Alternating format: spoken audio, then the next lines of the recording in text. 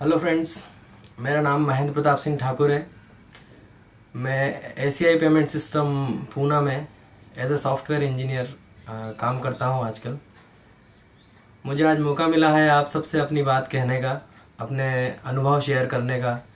जो वक्त मैंने नवोदय विद्यालय कुंटा में बिताया है, उन सब लम्हों के बारे में आप सबको बताने का। मैं सबसे पहले शुरुआत करता हूं नवोदय विद्यालय जूना पानी से, जहां से मैं कुंटा के लिए माइग्रेट होके आया था। नवोदय विद्यालय जूना पानी 2 अक्टूबर 1988 को खुला था और मेरा पहला दिन था जब नवोदय विद्यालय जूना पानी में मेरी दादी और मेरे पापा मुझे छोड़ने के लिए आए थे। अलग अलग चेहरे, नए नए बच्चे, सभी लोग, कोई सहमा सा, कोई डरा सा, कोई हंसता खिलखिलाता। वो मैं भी कुछ वैसे ही था उन सब में, और मुझे बहुत अच्छा लग रहा था, काफ़ी एक्साइटमेंट था। नवोदय में मेरा पहला दिन, नए नए बच्चों से मिलना, सबसे बातें करना।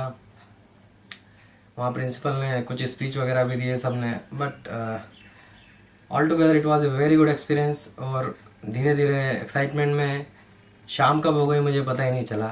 और एडमिशन की फॉर्मेलिटीज़ के बाद जब मेरी मम्मी और मेरी दादी मुझे छोड़ के जाने के लिए रेडी हुए, तब मुझे एहसास हुआ पहली बार कि मैं अपने परिवार से दूर होने वाला हूँ।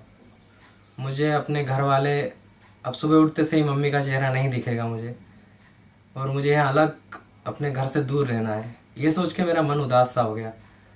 और उसके बाद धीरे धीरे मेरे मम्मी, मेरे दादी और मेरे पापा, उनसे मैंने आशीर्वाद लिया। उन्होंने मुझे बहुत सारा प्यार किया और उसके बाद वो जाने लगे वहाँ से। धीरे धीरे वो दूर जाते गए, मेरा गला बैठता गया, मेरी आंखों में थोड़े थोड़े आंसू आने लगे थे। वो मुझे धुंधले से दिखाई दे रहे थे क्योंकि वो मुझसे दूर जा रहे थे और मेरी आंखों में आंसू भी आ रहे थे। ये सब चीज़ें मैं आपसे इसलिए शेयर कर रहा हूँ क्योंकि ये अनुभव नवोदय में आने वाले हर विद्यार्थी के साथ, हर स्टूडेंट के साथ होता है जब उसका पहला दिन होता है नवोदय में। बस फ़र्क इतना है कि सबके तरीके अलग अलग होते हैं, अनुभव अलग अलग होते हैं। और ठीक ऐसा ही अनुभव मुझे 5 साल बाद फिर से हुआ जब मैं नवोदय विद्यालय को कुमटा से वापस जा रहा था एमपी में 10th क्लास करने के बाद। और उस वक्त भी हम नवोदय की गाड़ी में बैठे हुए थे, 13 की 13 स्टूडेंट्स, और वापस जा रहे थे 10th की एग्ज़ाम देने के बाद। और मुझे बहुत बेकार लग रहा था क्योंकि मेरे सभी दोस्त जो मैंने 2 साल में बनाए, और जहाँ का यहाँ का माहौल कुमटा का, वो सब छूटने वाला था और छूट ही चुका था बल्कि, और छूटते जा रहा था। तभी मुझे अंदर ही अंदर रोना आ रहा था। हालांकि मैं उस वक्त रोया नहीं, लेकिन मन बहुत उदास था। मन इसलिए और ज़्यादा उदास था क्योंकि हमें ये पता था कि हम फिर से कभी कुमटा नहीं आने वाले, और ना ही ये फ्रेंड्स हमें फिर से मिलने वाले हैं। मैं ये सब कुछ फील कर पाया क्योंकि मुझे कुमटा में बिताए गए 2 साल बहुत ही बेहतरीन रहे। यहाँ सबका बहुत ही प्यार मिला, अपनापन मिला, नए नए दोस्त मिले। मैं शुरुआत करता हूँ, सबसे पहले कुछ चीज़ें हैं जो आपके साथ शेयर करना चाहता हूँ। नवोदय कुमटा में हमारा पहला दिन, जब हमें जूना पानी में थे हम लोग, तब हमसे कहा गया था कि हमें कुमटा जाना है।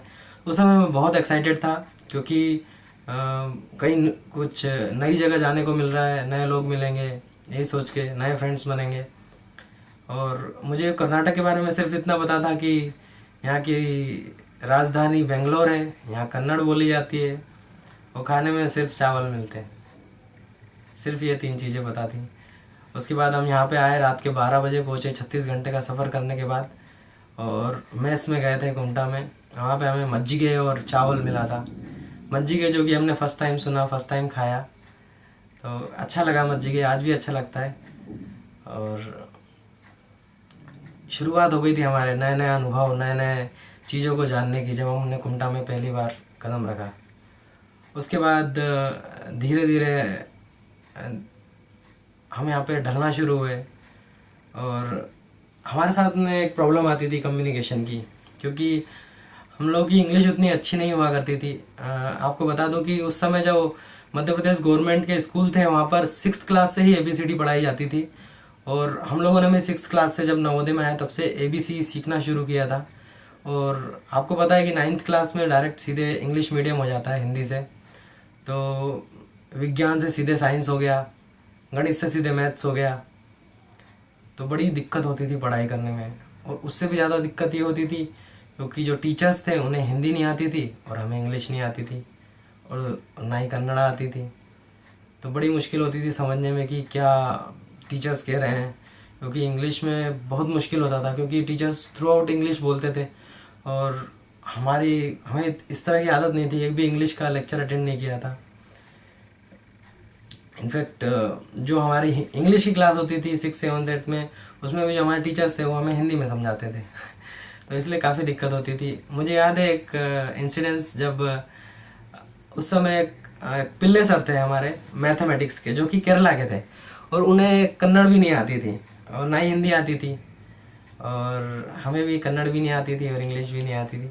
तो पहली क्लास थी और उन्होंने लेक्चर लेना शुरू किया और उन्होंने कहा उनका प्रोनाउंसिएशन थोड़ा सा अलग था, डिफरेंट था pronunciation.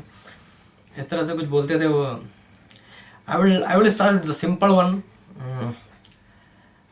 Well I will ask tell me what is numbered. और हम लोग नवोदय के जूना पानी के जो स्टूडेंट थे वो आगे की रो में ही बैठते थे और एक के बाद बैठते थे पीछे तक। तो उन्होंने इत्तेफाक से एमपी वालों के साथ ही शुरुआत की जो कि इंग्लिश में कमज़ोर और उसके साथ उनका प्रोनाउंसिएशन जो कि वो भी समझ नहीं आ रहा था। उन्होंने व्हाट इज़ नंबेड, तो खड़े हो गए, कुछ नहीं पता। दूसरे से पूछा, उसको भी नहीं पता। तीसरे से पूछा, हम पूरे के पूरे 13 स्टूडेंट खड़े हो गए। फिर जाके कुछ कर्नाटक वाले थे, उन्होंने बताया व्हाट इज़ नंबेड। एक्चुअली वो नंबर बोलना चाह रहे थे तो उनका प्रोनाउंसिएशन नंबर को वो नंबेड बोलते थे। उनको बड़ा फ्रस्ट्रेशन हुआ, बोर्ड पे लिखा उन्होंने गुस्से में, नंबेड यू डोंट नो 1 2 3 4 नंबेड नंबेड। तब समझ में आया कि नंबेड का मतलब नंबर होता है 1 2 3 4। तो इस तरह के काफ़ी इंसिडेंट्स हुआ करते थे उस वक्त जो हमें दिक्कत होती थी।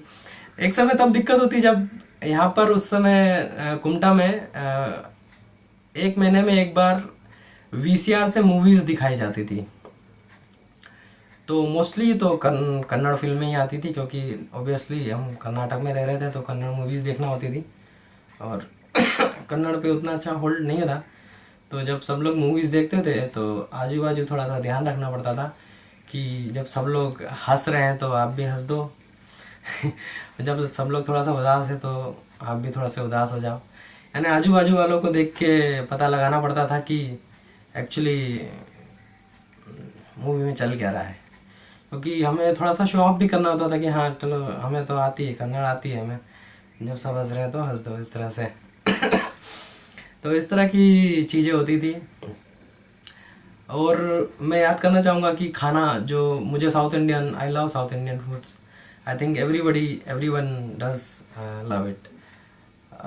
और साउथ इंडियन में हमें खाने को मिलते थे चावल वगैरह, और यहाँ पर चपाती मिलती नहीं थी, केवल रात के समय मिलती थी चपाती।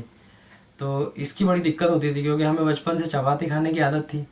सुबह से ही हमारे घर में दोनों टाइम चपाती बनती है और यहाँ पे आके हमें सिर्फ एक टाइम मिलती थी, वो भी गिनती की 3। तो खाने में बड़ी दिक्कत होती थी। तो ये मुद्दा हमने हमारे सर से यहाँ पे उठाया था, लेकिन किन्हीं कारणवश वो बातें हमारी सुनी नहीं गई। तो ये मुद्दा फिर हम लोगों ने हमारे प्रिंसिपल जूना पानी को लेटर लिख के बताया कि भाई हमें चपाती नहीं मिलती है सर, तो हमें बड़ी दिक्कत होती है खाना खाने में। फिर उन्होंने जो भी कम्युनिकेट किया कुमटा प्रिंसिपल से, और उसके बाद हमें 1 वीक के बाद चपाती मिलने लगी।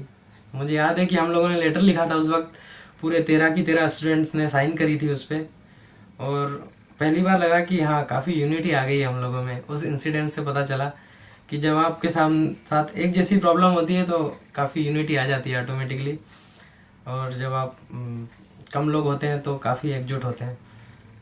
तो इस तरह से फिर हमारी प्रॉब्लम सॉल्व हो गई और चपाती मिलने लगी। और तब 1 महीने में एक बार बड़ा भोजन मिलता था। बड़ा भोजन यानी काफ़ी अच्छा खाना बनाया जाता था उस दिन, फेस्टिवल फूड, और सब लोग एक साथ मिलके ग्राउंड में कुमटा में खाना खाया करते थे बाहर बैठ के। बड़ा भोजन कहते थे उसे। उसमें अमूमन गुलाब जामुन या मिठाई वगैरह रहती थी। वो सब सोच के हमें घर की बड़ी याद आती थी, क्योंकि नॉर्थ में ये सब चीज़ें काफ़ी फेमस है, गुलाब जामुन, मिठाइयाँ, ये सब। और दूसरे वक्त घर की तब याद आती थी ज़्यादा जब संडे होता था और सभी के पेरेंट्स मिलने आते थे।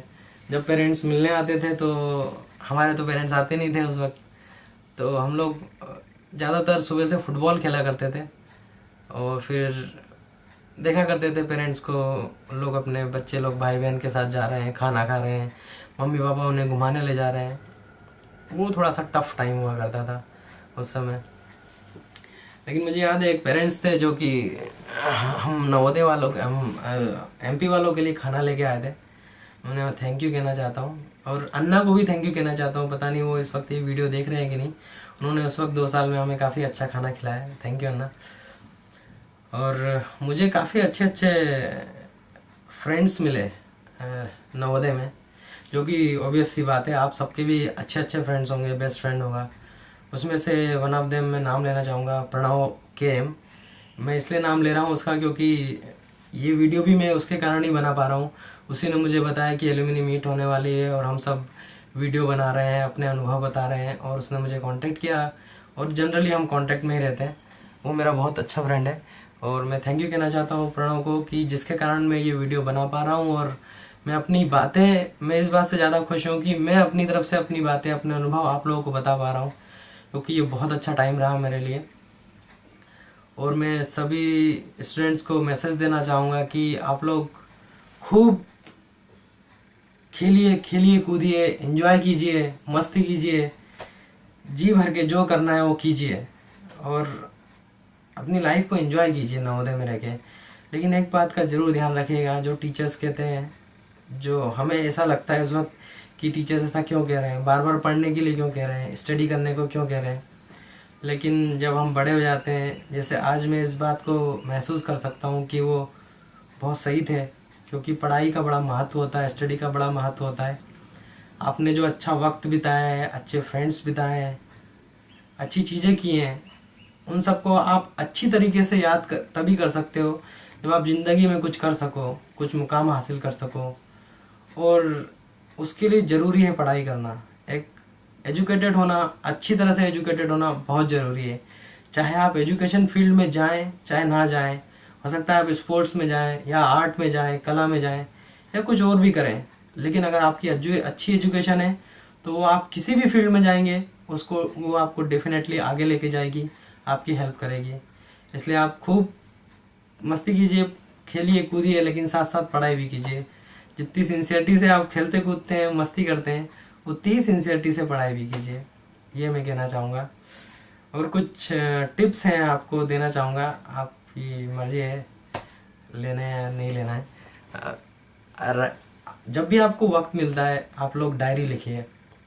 ये जब डायरी लिखते हैं तो उस वक्त शायद थोड़ा सा बर्डन लगता है, लेकिन जब हम बाद में उन चीज़ों को याद करते हैं तो हमें एग्जैक्टली पता चलता है कि हम उस वक्त कैसे थे, उस वक्त हम क्या करते थे। छोटी छोटी बातें लिखिए, कोई बहुत बड़ी बातें लिखने की ज़रूरत नहीं है। आज मैंने ये किया, आज मैंने इसके साथ लड़ाई करी, आज मैंने 2 गोल मारे आज फुटबॉल में, आज मैंने होमवर्क अच्छे से किया, आज मैं होमवर्क नहीं कर पाया, ये टेस्ट हुआ था मेरा, इसमें अच्छे मार्क्स नहीं आए।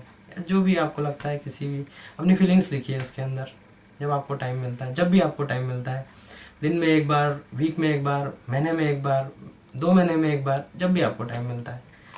तो अगर आप ये सब लिखेंगे तो डेफिनेटली आपको आगे जाके बहुत अच्छा लगेगा। जब आप उसको पढ़ेंगे दोबारा, अपने आप के बारे में जानने को मिलेगा, जो वक्त आपने गुजारा है उसके बारे में जानने को मिलेगा।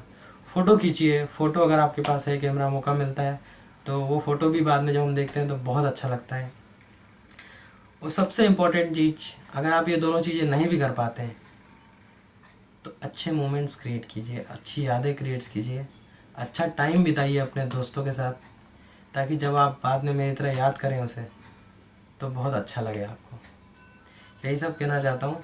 और साथ में मैं थैंक्स कहना चाहता हूँ उन टीचर्स को, नवोदय विद्यालय कुमटा को, जिन्होंने मुझे इतना अच्छी शिक्षा दी और इतना अच्छा टाइम मैंने वहाँ पे बिताया। इसी कारण तो हो सका क्योंकि वहाँ इतने अच्छे टीचर्स थे, जिन्होंने अपनापन दिया, इतने अच्छे फ्रेंड्स थे जिन्होंने प्यार दिया, और आज तक भी वो साथ में है। Thank you very much. All the best to all of you, to all the students. Hopefully I will try to come on the 22nd of the December in this year. लेकिन नहीं आ सका तो ये मैसेज मेरा ज़रूर रहेगा वहाँ पर। Thank you so much. Good bye.